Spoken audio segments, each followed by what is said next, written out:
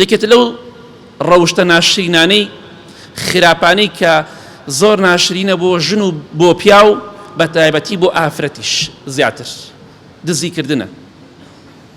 پیا و ناشرینە کە دزی بکە، بەڵام ئافرەت دوو جار ناشرینە. فڵان کەس ژنە و دەستی پیسە. ئەزانی پێغەمبەری خوا چی دەفەرمێت صلی الله عليه وسلم لە حەدیثێکی صحیحی بوخاری مسلمدا، دزیکردنێکێکە لە تاوانە گەورەکان قڕ بەسەر ئەوانەی کە ماڵی خەڵکە خۆن، قڕ بەسەر ئەوانەی کە داهاتی خەڵکە خۆن، قیامەتیان چەندێ سەختە. خۆشەویستی خوا فەرمێ صلی الله عليه وسلم لعن الله السارق يسرق البيضة ويسرق الحبل. لعنەتی خوا لە کێ بێ؟ خوا نەفرەتی کردووە، لعنەتی کردووە لەو کەسەی کە دزی ئەکا. ئەگەر هێلکەیەک بدزێ، خۆ هێلکەی باید 250 کەمتریش، ئەگەر کەسێ زیاتر بدزێ، ئەو کەسەی یەک هێلکەیەک بدزێ خوا نەفرەتی لێ دەکات.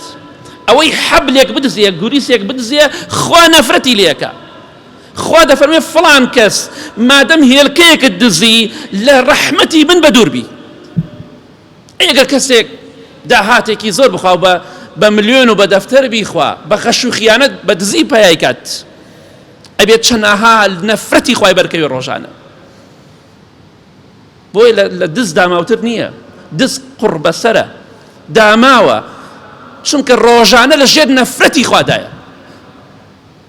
یەکێ لە پیاوچاکان دەفەرمێ ئەگەر بینیت ئەو کەسێک کە دوژمنی تۆی ناحەزی تۆیە، ئەگەر بینیت خەریکی خراپە و تاوانە، ڕۆژانە خەریکی گوناه و تاوان و خراپەکاریە، بزانە خوا تۆڵەی بۆ تۆ کردوتەوە، چونکە ئەو لەسەر خراپەیە. بۆیە ئەو کەسێک کە تۆ ڕقت لێتی دزی دەکا، خیانەت دەکا، زڵم دەکا، دڵخۆش بە، چونکە خوا تۆڵەی بۆ تۆ کردوتەوە. ئەوەی کە تۆ حەزت پێی نییە بە دەوام لە ژێر نەفرەتی خوادایە. یەک هێلکە بدزی بەر نەفرەتی خواکەوی یەکێکە لە تاوانە گەورەکان. ئەگەر هێلکەیە بدزی تاوانێک گەورەت ئەنجام داوە، خوای گەورە دەفەرمێت لە ڕەحمی من بە دوور بە.